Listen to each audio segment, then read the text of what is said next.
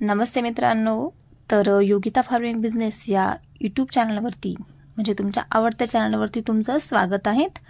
आणि आज आपण बोलणार आहोत की खूप कमी खर्चामध्ये किंवा तुमच्या घरामध्ये अवेलेबल असलेल्या वस्तूंपासून म्हणजे त्या वस्तूंचा वापर करून तुम्ही तुमच्या गाईचे जे दूध आहेत ते कशा पद्धतीने वाढवू शकतात. म्हणजे कमी खर्चामध्ये गाईचे दूध तुम्ही कशा पद्धतीने वाढवू शकतात, तर तुम्हाला त्याबद्दल मी आज सांगणार आहे. तर माहिती खूप छान आहेत, नक्की बघा. कारण की जे नवीन पशुपालक जे आहेत, कारण की नवीन जे इच्छुक आहेत त्यांना गायी पाळायच्या आहेत किंवा म्हैस वगैरे इतर जनावरे पाळायचे आहेत, तर त्यांच्यासाठी ही माहिती खूपच फायदेशीर ठरणार आहेत. तर नक्कीच व्हिडिओ स्किप न करता संपूर्ण बघा, कारण की तुम्हाला खूप छान ह्याच्यामध्ये माहिती दिली जाणार आहेत. आणि दुसरं एक, जर तुम्ही माझ्या चॅनलवर नवीन असाल तर चॅनलला सबस्क्राईब करायला मात्र विसरू नका. कारण की मी ही माहिती तुम्हाला अशीच कुठे बघून वगैरे नाही देते, माझ्या स्वतःच्या अनुभवातून देत आहेत. कारण की मला गाई पालनाचा एक 7 ते 8 वर्षाचा अनुभव आहे आणि त्याच्यावरूनच मी तुम्हाला सांगत आहे की तुम्ही कशा पद्धतीनं जे नवीन गाई पालक आहेत त्यांनी कशा पद्धतीनं त्यांच्या गायींचे दूध वाढवावे अगदी कमी खर्चामध्ये. तर ठीक आहे, आपण वेळ न घालवता व्हिडिओला सुरुवात करूया. तर हे बघा, तुमच्या सगळ्यात पहिलं मेन कारण म्हणजे तुमच्या गायींचं दूध कसं वाढवायचं.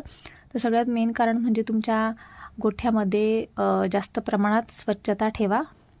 कारण की काय असतं की काही पशु म्हणजे जनावरे तर पाळतात, पण मग त्यांच्या खाली स्वच्छता ठेवत नाहीत किंवा त्यांच्या जो चारा आहेत तो चारा ठेवण्याच्या जागेवर पण स्वच्छता नसते. त्या चाऱ्याला बुरशी येते किंवा मग त्या चाऱ्यामध्ये मुंग्या, माशा अशी खूप घाण पण जाते. तर तुम्ही सगळ्यात पहिलं म्हणजे गाईचं जे गोठा आहे तो स्वच्छ ठेवा, त्यांचा जो चारा आहे तो पण स्वच्छ ठेवा. आणि दुसरं म्हणजे त्यांचं टाकण्याचं प्रमाण जे आहेत ना, चारा टाकण्याचं प्रमाण गायींना जे आहेत ना ते एक रोजचं एक प्रमाण ठेवा. म्हणजे साधारण तुमची 300-350 किलोची जी गाय असेल किंवा 400-500 किलोची गाय असेल तर तुम्ही तिला एक अंदाजे 25 ते 30 किलो इतका तुम्ही तिला चारा देऊ शकता. वाळेल वेला दोन्ही पकडून सांगत आहेत मी इथे. आणि त्याच्यानंतर तुम्ही चारा टाकताना तुमच्या गायीला पूर्ण एकाच वेळेस चारा टाकून द्या, सारखं टाकत जाऊ नका. आणि दुसरी गोष्ट म्हणजे तुमच्या गायीची जी पाण्याची व्यवस्था आहेत, कारण की एक आहे तसं, तुमची गायी जितकं पाणी पिईल ना, म्हणजे तुमचे जे पशु आहेत तो जितका पाणी पिईल तितकं त्याचं दूध तो जास्त देईल. तर जी पाण्याची व्यवस्था आहेत ना, तर तुम्ही तुमच्या जनावरांच्या समोर 24 घंटे पाणी ठेवा. म्हणजे त्यांचा चारा जर खाऊन झाला ना की लगेच त्यांच्यासमोरची जी गव्हाण असेल किंवा तुम्ही पाण्याची इतर कुठल्या प्रमाणामध्ये सोय केली असेल ना, तर ते पाणी भरपूर प्रमाणात तुम्ही तुमच्या गायीसमोर ठेवा. कारण की ती सतत थोडं तिच्या मनात येईल तेव्हा ती पाणी पित राहील, जेणेकरून तुमच्या गायीचे दूध वाढण्यास नक्कीच मदत होऊ शकते. तर अशा पद्धतीनं तुम्ही तुमच्या गायींची काळजी घ्या. आणि त्याच्यानंतर आता मेन पॉईंट म्हणजे तुम्ही कशा पद्धतीनं वाढवू शकतात. आता हे जे मी तुम्हाला सांगितलेलं आहे ते बेसिक पॉईंट आहेत, कारण की ते करावेच लागतं आपल्याला. त्याच्यानंतर दुसरं म्हणजे तुमच्या ज्या गायी आहेत ना, त्यांच्या चाऱ्यामध्ये तुम्हाला मी इथे 2-3 घटक सांगत आहेत, त्यांचा वापर तुम्ही नियमित प्रमाणात तुमच्या गायींच्या खाण्यामध्ये करा. म्हणजे तुम्ही तुमच्या गायींसमोर जो चारा टाकत आहेत ना, तर त्या चाऱ्यामध्ये तुमचं खायचं जे मीठ आहे ते मीठ तुम्ही तुमच्या गायींना एक 8 दिवसांनी म्हणजे एक 8 दिवस म्हणजे आज जर दिलं तर पुढच्या 8 दिवसांनी द्या, त्याच्यानंतर 8 दिवसांनी द्या. अशा पद्धतीनं गायींच्या चाऱ्यामध्ये तुम्ही मिठाचं प्रमाण टाका. त्याच्यानंतर एक खाण्याचा सोडा आहे, तो खाण्याचा पण सोडा तुमच्या गायींच्या खाद्यामध्ये नक्कीच टाका. कारण की मिठाने आणि खाण्याच्या सोड्याने काय होतं की त्यांनी जे खाल्लेलं जे अन्न आहे त्याचं व्यवस्थित पचन होऊन त्याचं पूर्णपणे दुधामध्ये रूपांतर होतं, जेणेकरून तुमची गाय जी आहेत ना ती चांगल्या प्रकारे दूध देण्यास मदत करेल तुम्हाला. तर अशा पद्धतीनं तुम्ही तिचं एक नियोजन करा. आणि दुसरी एक महत्त्वाची गोष्ट म्हणजे तिच्या खाण्यामध्ये तुम्ही गुळाचा पण समावेश करा.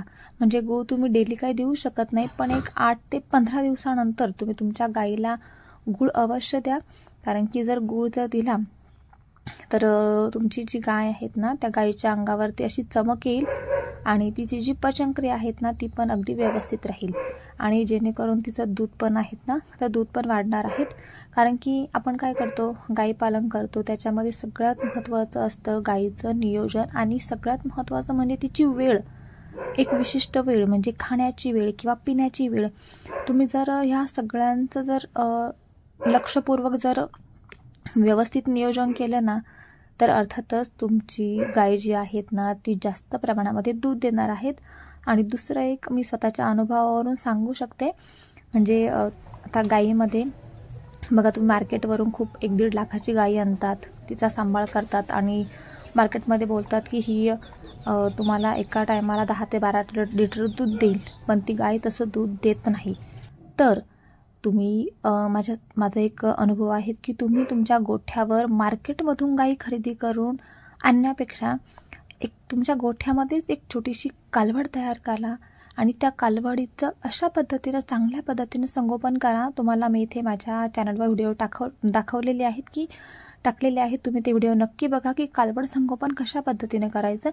आणि ती कालवड एक मोठ्या गायीमध्ये रूपांतर झाल्यानंतर अर्थातच तुमच्या गोठ्यामध्ये जी कालवडीपासून जी गाय तयार होईल ना, अर्थातच ती गाय तुम्हाला भरपूर प्रमाणात दूध देणार आहेत. कारण की तिची जन्मल्यापासून तिची खूप चांगल्या प्रमाणामध्ये तुम्ही काळजी केलेली असते.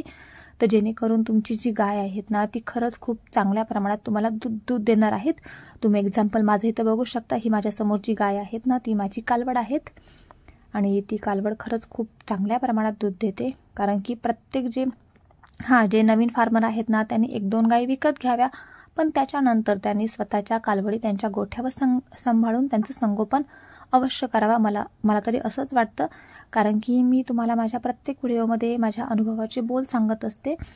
आणि कालवड संगोपन करणं खूपच चांगली गोष्ट आहे. कारण की मार्केटमधून 1-1.5 लाखाच्या गायी आणून त्यांचं संगोपन करण्यापेक्षा कालवड संगोपन करा आणि स्वतः त्यांच्यापासून जास्तीत जास्त दूध घेण्याचा प्रयत्न करा. तर अशा पद्धतीने बघा, माझा हा छोटासा व्हिडिओ तुम्हाला कसा वाटला मला कमेंट करून नक्की सांगा. आणि अजून पण खूप चांगले व्हिडिओ मी तुमच्यासाठी घेऊन येणार आहेत. तर प्लीज चॅनलवर जर कोणी नवीन असाल, म्हणजे माझे जे व्हिडिओ कोणी पहिल्यांदा बघत असेल, तर प्लीज माझ्या चॅनलला सबस्क्राईब करायला मात्र विसरू नका. तर ठीक आहे, पुन्हा भेटू एका नवीन व्हिडिओमध्ये. तोपर्यंत सगळ्यांना धन्यवाद.